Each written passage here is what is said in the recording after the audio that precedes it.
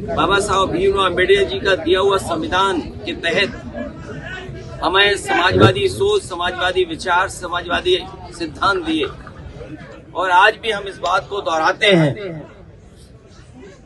कि देश और देश की बड़ी आबादी जिसमें किसान, गरीब, मजदूर, नौजवान, महिलाएं, उनको खुशहाली और तरक्की के रास्ते पर अगर कोई विचार ले जा सकता है तो वही डॉक्टर राम मनोहर लोहिया के विचार, समाजवादी विचारों से ही समाज खुशहाली के रास्ते पर जाएगा।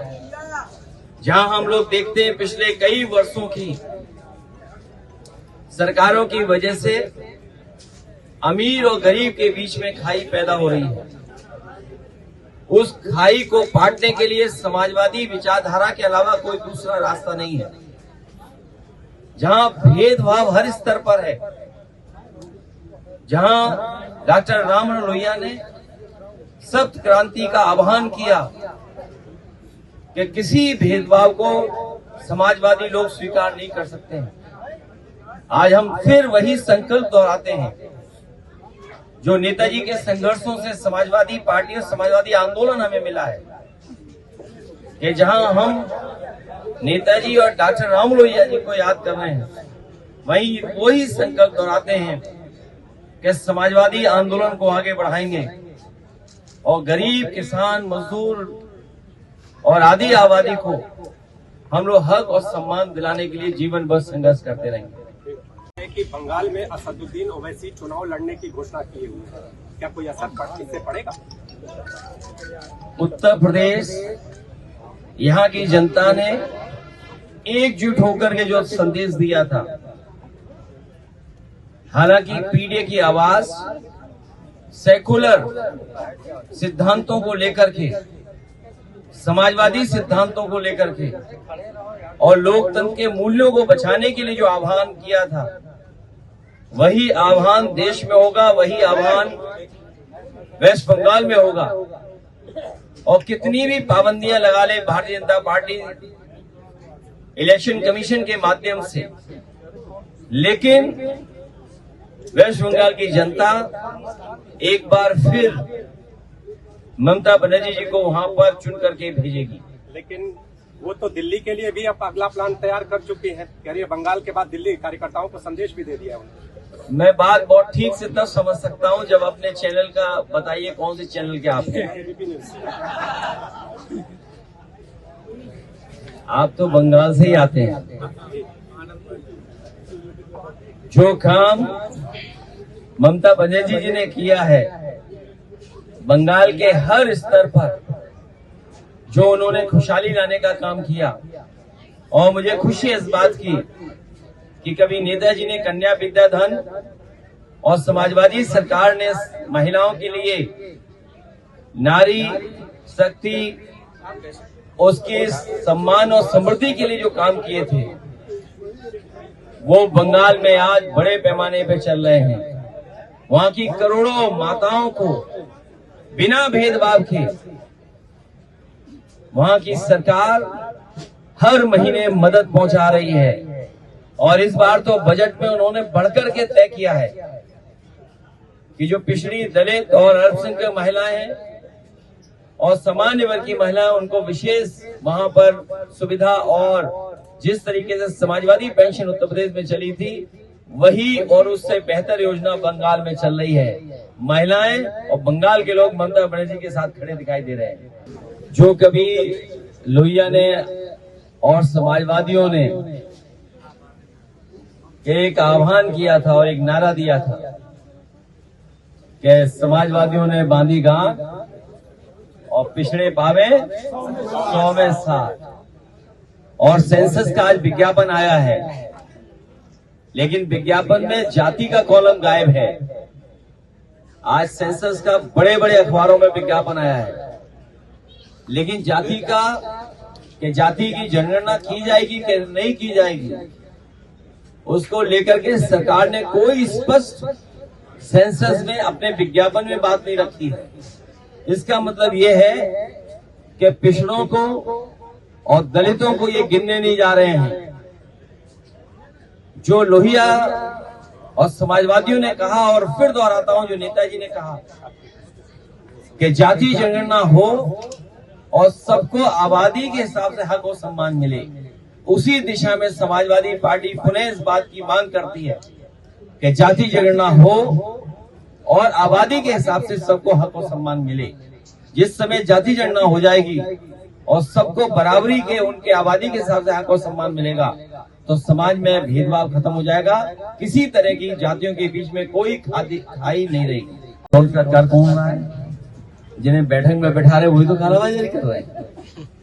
कालाबाजारी कौन कर रहा है? याद रखिए, लोहिया का सिद्धांत ये भी रहा है कि जब कोई मुनाफा ज्यादा कमाता है तो वो भी भ्रष्टाचार है। मुनाफा ज्यादा कमाना भी भ्रष्टाचार है। और आज जो महंगाई दिख रही है, भारतीय जनता पार्टी अपने लोगों को लाभ पहुंचाने के लिए उन्हें महंगा और भ्रष्टाचार करके महंगा करने दे रहा है। इसका ये परिणाम हो रहा है कि महंगाई का हमें सामना करना पड़ रहा है, भ्रष्टाचार की वजह से और ज्यादा मुनाफा कमाने की वजह से आज महंगाई है। पंकज चौधरी जी वाले सत्ता से बाहर है, इसलिए चांद तारे दिखा रहे हैं। 5 बड़ा के साथ केंद्रीय मंत्री बड़ा के प्रदेश का मंत्री, प्रदेश बड़ा के देश। उनके लिए तो केवल इतना ही कि 5 बड़ा के साथ ही बता दें बस। आप भी एसएमएस पढ़ रहे हो अंदर से, व्हाट्सएप से, तो हम भी अपना व्हाट्सएप पढ़ दें। अखिलेश जी, योगी जी का ये कहना है कि पहले श्रमिक यहाँ से विदेश जाते थे नौकरी करने, अब वापस आकर यहाँ पर वो उद्यमी बन रहे हैं। किसने कहा ये? उत्तर प्रदेश के मुख्यमंत्री ने। वो यही नहीं जानते हैं कि उंगली कौन सी उठानी चाहिए। और भाषा की बात तो भूल ही जाओ। खैर, उन्हें ये बताना चाहिए कि पिछले जो एमओयू किए उन्होंने और लखनऊ राजधानी में डिफेंस एक्सपो हुए, उसमें कितना इन्वेस्टमेंट जमीन पर आया है और इन्वेस्टमेंट किस इंडस्ट्रियल पॉलिसी के तहत आया है, और उन इंडस्ट्रियल पॉलिसी के तहत आपने बजट में कितना धन रखा था, और जो बजट में आपने धन रखा था वो आपने इंडस्ट्री को कितना इंसेंटिव दिया है, और अगर वो कारखाने उद्योग लग गए हैं तो प्रति कारखाना उद्योग आपने नौकरी और रोजगार कितना दिया ये भी बता दें आप। जो मैंने कहा है, इंडस्ट्रियल पॉलिसी, एमओयू, इंसेंटिव और बजट, ये सरकार कभी नहीं बताएगी, क्योंकि जिस समय इनके आंकड़े सरकार देगी तो सरकार की पोल खुल जाएगी। सर, आज सरकार की कैबिनेट बैठक, उसके बाद ये कह रहे हैं कि गेहूं क्रय नीति पे भी आज मुहर लग सकती है। जब आलू खरीदना है तो दूसरी फसल की बात कर रहे हैं। आप पता करिए, आगरा, फरुखाबाद, फिरोजाबाद, कन्नौज, कानपुर देहात और उत्तर प्रदेश के दूसरे हिस्सों में जिन किसानों ने आलू पैदा किया था उन्हें बहुत बड़े पैमाने पर नुकसान हो रहा है। कई किसानों ने अपने खेत से आलू तक नहीं निकाला, ट्रैक्टर चला दिया, अब वो अगली फसल की तैयारी कर रहे हैं। और यही मुख्यमंत्री हैं जिन्होंने ये कहा था कि हम आलू खरीदने के लिए बजट और सरकार से इंतजाम करेंगे। ये बताएं कितना आलू इन्होंने पिछली सरकार में खरीदा था, पिछले वर्ष खरीदा था, और इस बार आलू के किसानों को आलू खरीदने के लिए आपने बजट में कितना पैसा रखा था।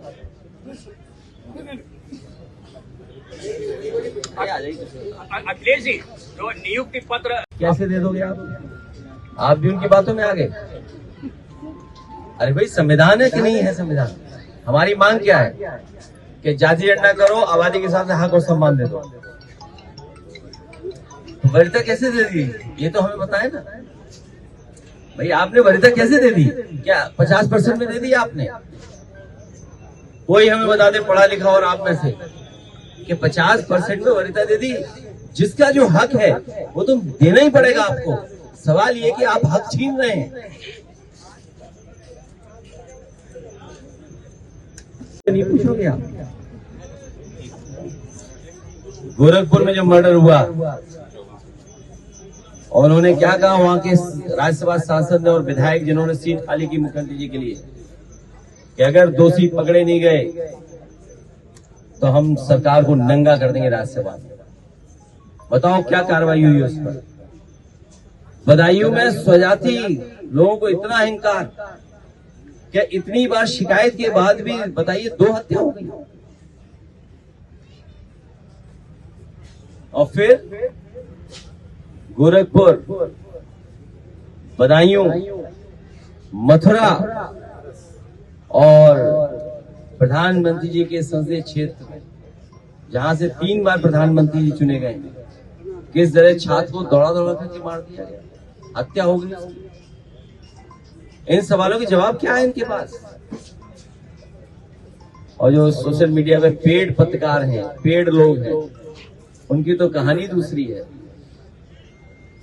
सुना है कि कुछ सोशल मीडिया पे चला रहे हैं हमारे खिलाफ, वो सबको पता है, सबके व्हाट्सएप पे आई है। नहीं हो तो चेक कर लो व्हाट्सएप अपना, आया होगा व्हाट्सएप पर। पत्रकार साथियों आया ना, देखिए सब जानते हैं हम लोग भी। इलाहाबाद में सीसीटीवी और उसकी मेमोरी, क्या बोलेंगे, यूनिट, डीवीआर क्यों उखाड़ लिएगा ये बताओ। पहला क्लू तो हमारे पत्रकार साथियों को यही है, आप भी तो क्राइम रिपोर्ट करते हो, क्यों सीसीटीवी उखाड़ दिए गए। किसी के पास जवाब है इसका। और अंग्रेजी की कहावत है, strike the iron when it is hot. हथौड़ा तब मारो जब लोहा गर्म हो। हम लोग भी वही इंतजार करेंगे। अगर रिकॉर्डिंग है कहीं, पहला क्लू तो ये कि आखिरकार सीसीटीवी किसके कहने से हटाया गया और उसकी मेमोरी को किसके कहने से हटाया गया। वो रूट चार्ट क्या था शूटर्स का। इसलिए खेल खेल मत खेलो खेल। यही रात 200 रुपए में 300 रुपए में सर गैस भरानी पड़ रही है। एलपीजी का फुल फॉर्म मैं बता चुका हूं आपको, लापता गैस। और युद्ध नहीं थमा तो बहुत सारी दिक्कतें आएंगी और हमें आपको फेस करना पड़ेगा। चुनाव तक कीमतें नहीं बढ़ाई गई हैं, लेकिन जैसे ही चुनाव खत्म होगा आप देख लेना कि कीमतें बढ़ाई जाएंगी। मैं आपको किसी एक शहर की वीडियो जरूर दिखाना चाहूंगा कि बड़े पैमाने पर लंबी लाइन लगी है वहां। लाइन तो क्या, मेला लगा हुआ है सिलेंडर भराने के लिए। छात्रों की सबसे बड़ी दिक्कत है और रेस्टोरेंट चाट वालों की तो मजदूर भी चाट नहीं खा पा रहा कोई। ये अगर लाइन देख लो आप, सामने दिखा। कोई टीवी पर चलता ही नहीं है। पता नहीं क्या है, टीवी वाले कैमरे कहाँ चले गए। कैमरे लगता है लखनऊ में रह जाते हैं या लखनऊ के आसपास। ये देखो क्या मेला लगा हुआ है सिलेंडर के लेकर। बंदी वाली हालत है। ये देखिए, आपके किसी चैनल में नहीं चल रहा। पता नहीं क्या हो गया चैनल वालों को। नोटबंदी से बड़ी लाइन है। देखिए तो सर जब आपकी पार्टी कार्यकर्ता जब प्रोटेस्ट कर रहे थे सर, उनमें सबका मुकदमा लगा। कोई बात नहीं, मुकदमा तो मेडल होता है। अच्छा कितने दिन के लिए मुकदमे है ये? 7 महीने बाद तो बलिया में गैस लेने गए थे, उनको पीटा गया कल। कहाँ पर? बलिया। बलिया तो क्रांतिकारी धरती है। सिलेंडर के लिए पीटा गया। कोई बात नहीं, ये मुकदमे मेडल हैं। हमारी आपकी प्रतियोगिता यही तो है कि आंदोलन करें, प्रदर्शन करें। मुझे उम्मीद है कि बहुत सारी बातों को लेकर के आप लोग सच्चे मन से, सच्चाई के साथ निकलेंगे। और ये लोहिया पार्क वो है जो नेताजी ने बनवाया। बगल में जेपी नाइसी है जो नेताजी के समय तय हुआ था। ये पार्कों का, और पार्क ऐसे हैं जो हरे भरे पार्क हैं। ये इसी पार्क में कुछ ना कुछ करते रहते हैं अपना नाम लिखवाने के लिए। दोनों पार्कों में कोई नया पार्क तो बनाया नहीं बीजेपी ने, और जो पार्क बना है वो अकेले खड़े लोग हैं वहां पर। यहाँ पार्क में कम से कम हरे पेड़ पौधे तो हैं, तो सबसे बेहतर पार्क यहाँ है। जिस पेड़ के नीचे हम लोग बैठे हैं गुलाचीन का पेड़ है, बगल में बोतल पाम है। नेताजी ने पेड़ लगाया था, वो अभी भी है, वो बहुत बड़ा पेड़ हो गया पारिजात का। और ऐसा पार्क शायद आबादी के बीच में कहीं नहीं मिलेगा। एक ये, और दूसरा छोटे लोहिया जनेश्वर मिश्र जी का पार्क, वो भी एक ऐतिहासिक पार्क है। इससे वो बहुत बड़ा है, और जो क्वालिटी ऑफ प्लांटेशन है बहुत बड़े पैमाने पर है। रिवर फ्रंट भी है। सुना है जेपी नायसी की पार्किंग खोली है, लगता है अधिकारियों को समझ में आ गया है, उन्हें हवा का रुख पता लग गया है। अभी पार्किंग खोली है, बाद में बिल्डिंग खोल देंगे, क्योंकि समाजवादी सरकार बनने जा रही है। आप सबका बहुत बहुत धन्यवाद।